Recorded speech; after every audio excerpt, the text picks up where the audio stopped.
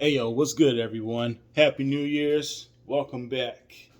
So, we got a video by the Critical Drinker. Aquaman the Lost Kingdom, comprehensible, forgettable. Damn. So I heard a lot of remarks about what's his name? Aquaman, heard some bad things. The movie was, it was a long movie, but people didn't want to stay, it just got too boring and stuff like that. So, superhero movies are just not the thing no more, man. I mean, they're gonna have to change it. I mean, the series are good for Marvel, but some of them. But I don't know. They're gonna have to change something, or they just gonna see, fall downhill. So, but yeah, let's get into it.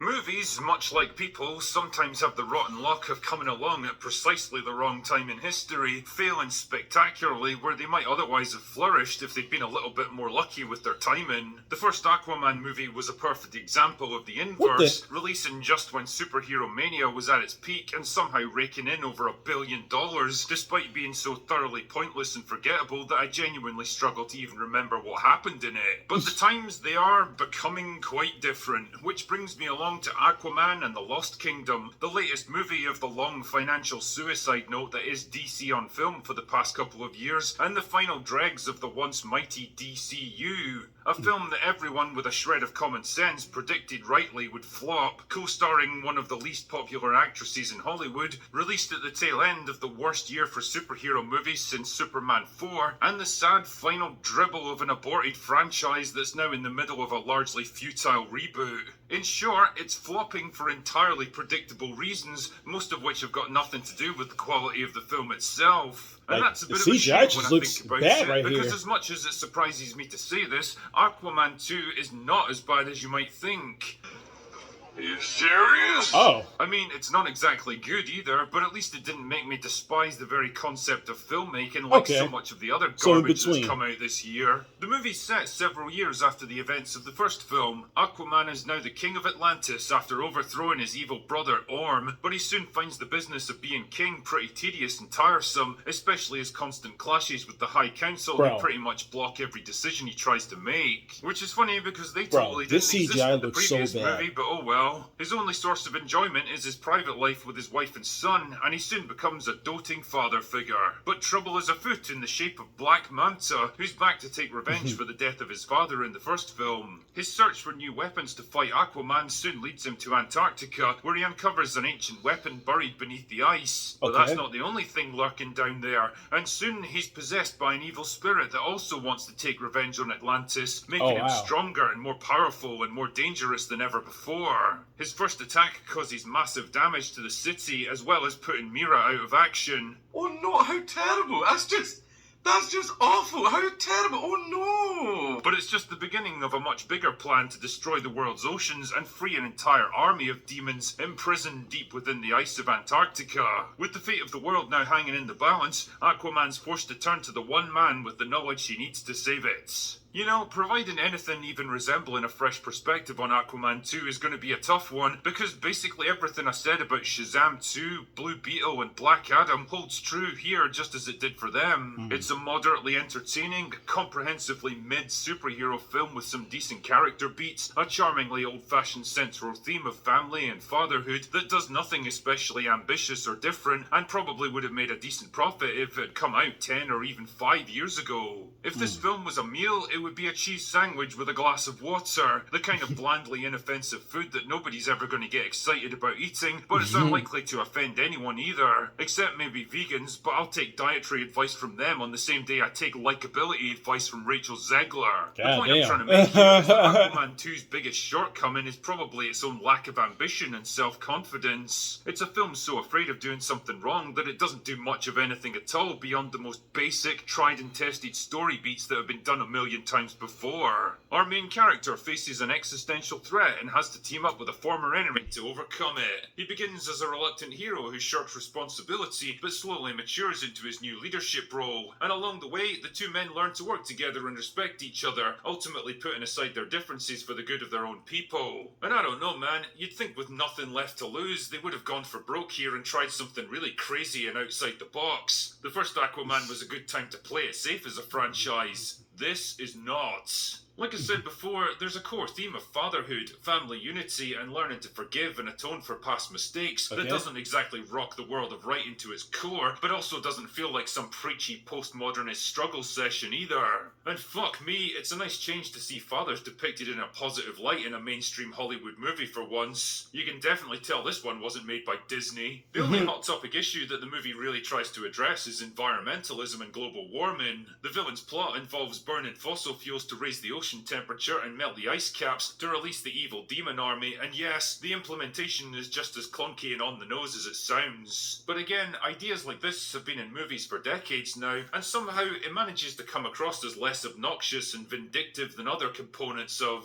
the message. The cast are mostly adequate in their roles. Patrick Wilson's always been a favourite of mine, and although he's better than stuff like this, he at least gets to have a bit of fun this time around. Oh, so he's in this too. Jason Momoa is good. Speaking of which, Momoa does what he does best in this film, playing Jason Momoa. He's got the same kind of laid-back charisma that he brings to pretty much every role, but I don't know, man. His heart doesn't really seem to be in this one, either because of the endless reshoots or the simple knowledge that this movie was fucked from the beginning. But the thing everyone's probably wondering about is, how much of Amber Heard is in this movie? Well, probably more than you wanted, but less than you might have expected. Oh, she'd be gone. You can very much tell where the reshoots kicked in, because she gets ejected from the movie around the 30-minute mark and doesn't show up again at all until the finale, and even then she barely speaks more than a handful of lines. They've definitely cut her role down to the bare minimum without having to make a whole new movie, and although I don't imagine many people will be happy to see her at all, the plus side is that she doesn't really have much of a presence in the story. Ultimately, Aquaman 2 puts me in a weird place as a critic, because although it's not a terrible film on its own merits, I can't think of any real reasons to recommend it to people. It's a film that goes nowhere, does nothing new or different, doesn't really engage or challenge the audience, and doesn't provide enough stakes or gravitas to keep you invested in what's happening. In short, it's a thoroughly mid-superhero movie. I mean, I don't know, maybe if you're really bored or lonely over the holidays, it's a way to kill a couple of hours, I guess, but otherwise it's just another forgettable superhero flick in a year completely filled with them. And given the complete apathy towards it so far, it seems destined to sink beneath the waves with barely a ripple. Anyway, that's all I've got for today. Go away now. That's hilarious. But anyway, so okay, I guess it's in between, of good and bad. But the CGI in this, like, seeing some scenes in here, that it looked real bad. Like, I don't know what's going on with movies right now today. Like, you can go back 10 years ago, right? And you could just look at like what came out. Well, it's 2024 right now, but maybe like 2014 or 2013. What movies came out? Iron Man, Captain America, Winter Soldier. Any Marvel movies, any movie that had dealt with CGI, it did not look this bad. Especially what else? Transformers that came out 2011. I don't know what's going on. I mean, I don't know. Is it because maybe it's because they're using that same CGI back then and it's old to us? No, it couldn't be. No, because you could tell what good CGI is. I don't think it's that. But I don't know what they're doing. I don't know why the CGI looks so bad today. Like, we're in 2024 right now. It's supposed to be, way advanced than it is right now. So I don't know what's going on. They're probably doing too much or something. I don't know, but they gotta fix this CGI.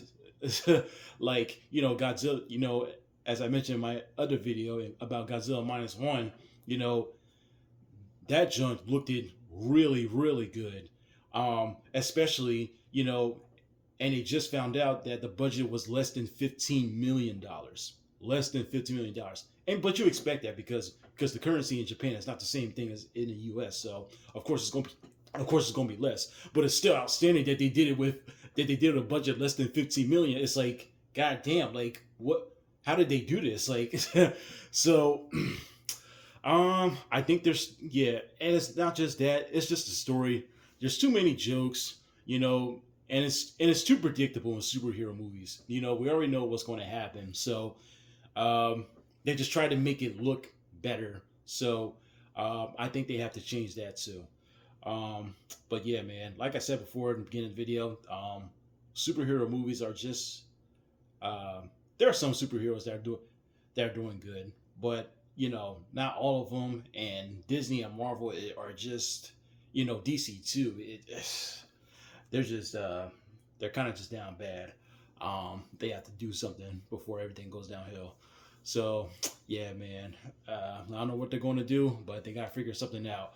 They can't be doing this. So, but anyway, it was a good video. Like, comment, subscribe. I'll see you next time. Y'all have a good New Year's, and I'll see you soon. Bye.